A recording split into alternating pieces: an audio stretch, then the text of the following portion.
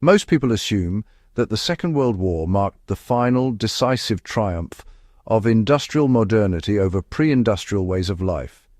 Tanks replaced cavalry, oil replaced muscle, and mechanization replaced improvisation.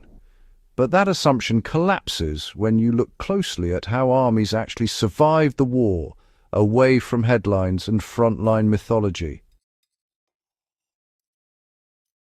In many parts of Europe, the most reliable logistical system during World War II was not motorized at all. It was horse-powered, locally sourced, and quietly effective in ways that reshaped landscapes for decades after the shooting stopped. One of the most overlooked consequences of this system was how entire regions ended the war with vast, pre-cut reserves of firewood, wood that had been felled, moved, and stored using methods older than the nation-states fighting the war itself. This is not a story about nostalgia or romantic survivalism. It is a story about necessity, adaptation, and the limits of industrial warfare when fuel, infrastructure, and time all fail at once. The modern war that still ran on hooves and muscle, despite its reputation as a mechanized conflict, World War II depended heavily on animal power. Germany alone deployed more than 2.5 million horses over the course of the war. The Soviet Union relied on even more. This was not because these armies were technologically backward, but because internal combustion engines were brittle systems under wartime conditions. Fuel shortages, damaged rail lines, impassable roads, and maintenance demands made trucks unreliable in many theaters, especially during winter or in forested terrain. Horses, by contrast, could eat locally, navigate poor roads, and operate without spare parts shipped from across continents. They were slower but predictable. For logistics planners, predictability mattered more than speed. A wagon that arrived late but intact was more valuable than a truck that never arrived at all. This reliance extended beyond ammunition and food. Armies needed heat, not symbolically, but physically. Barracks, field hospitals, depots, and command posts required constant fuel to prevent frostbite, illness, and equipment failure. In large swathes of Europe, that fuel was wood. Why firewood became a strategic resource rather than a domestic one? Coal and oil dominate most discussions of wartime energy.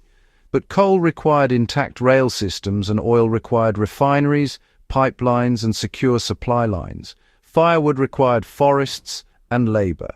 In occupied and contested regions, forests were often the only energy source that could not be easily interdicted by bombing or sabotage. German and Soviet quartermasters both treated wood as a logistical category. Orders specified cutting schedules, transport quotas, and storage practices. Firewood was not gathered casually. Trees were felled systematically, cut to standardized lengths, and stacked according to rules designed to minimize rot and moisture retention. Horse-drawn wagons moved this wood from forest to depot in steady, year-round flows. The result was that many regions saw far more wood harvested during the war than local civilian demand required at the time. The war's logistical tail created a surplus. The simple, mechanical trick that made long-term storage possible. What made this system remarkable was not just the volume of wood moved, but how it was handled. Horse teams were often used in tandem with capstan-like winches, skidding sleds, and low-friction runners. These were not inventions of the war. They were inherited techniques refined by foresters and rural laborers over generations. One widely used method involved dragging logs along snow-packed routes in winter, then stacking them in elevated cribs rather than ground piles. These cribs allowed airflow underneath and between logs, dramatically slowing decay. Because horses could operate in deep snow where trucks could not, winter became the most productive season for wood transport rather than a logistical dead zone. By the time spring arrived, depots already held enough fuel to last through the following winter, in some cases through several winters. As front lines shifted and armies retreated or advanced, these wood depots were often abandoned intact. They were too heavy and too low priority to evacuate under pressure. Civilians returning to devastated villages found stacks of seasoned firewood already waiting, sometimes enough to heat homes for years. In Eastern Europe especially, oral histories describe post-war winters survived largely on wood cut during the occupation years. This was not charity, and it was not planning for civilians. It was an accident of military necessity. The irony is difficult to miss. A war that destroyed infrastructure also created, through low-tech logistics, a buffer against complete collapse. By 1944, all major powers understood the importance of fuel efficiency, yet horse transport did not disappear as trucks became more available. The reason was simple. Trucks consume fuel faster than supply chains could replace it, especially when retreating or operating in contested rear areas. Horses converted local biomass into movement.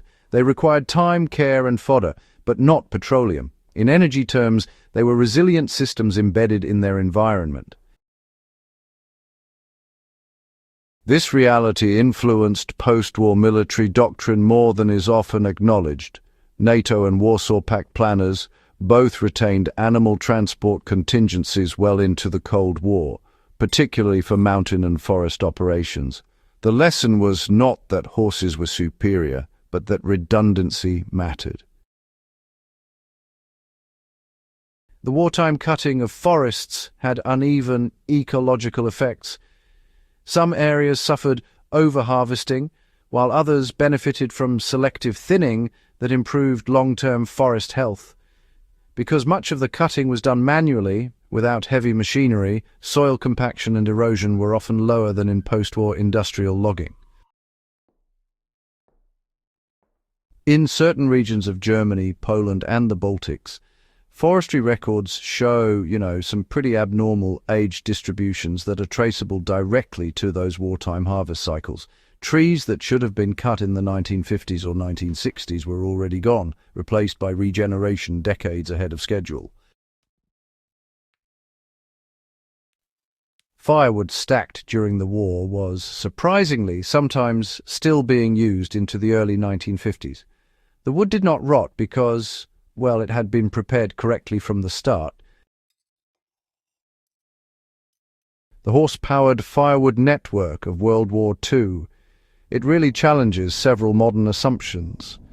It shows that resilience often comes from systems that can function without centralized inputs. It also demonstrates that energy storage does not have to be abstract or invisible. Stacked wood is, in fact, a form of stored labor and stored heat, accessible without intermediaries. It also reveals how military logistics shape civilian survival in ways planners rarely intend. The war did not save these communities, but it accidentally left behind tools that helped them endure the aftermath.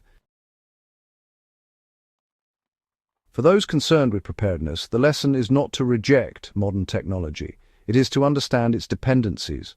When fuel, spare parts, or electricity disappear, systems that rely on local inputs and, human-scale maintenance regain their value very quickly.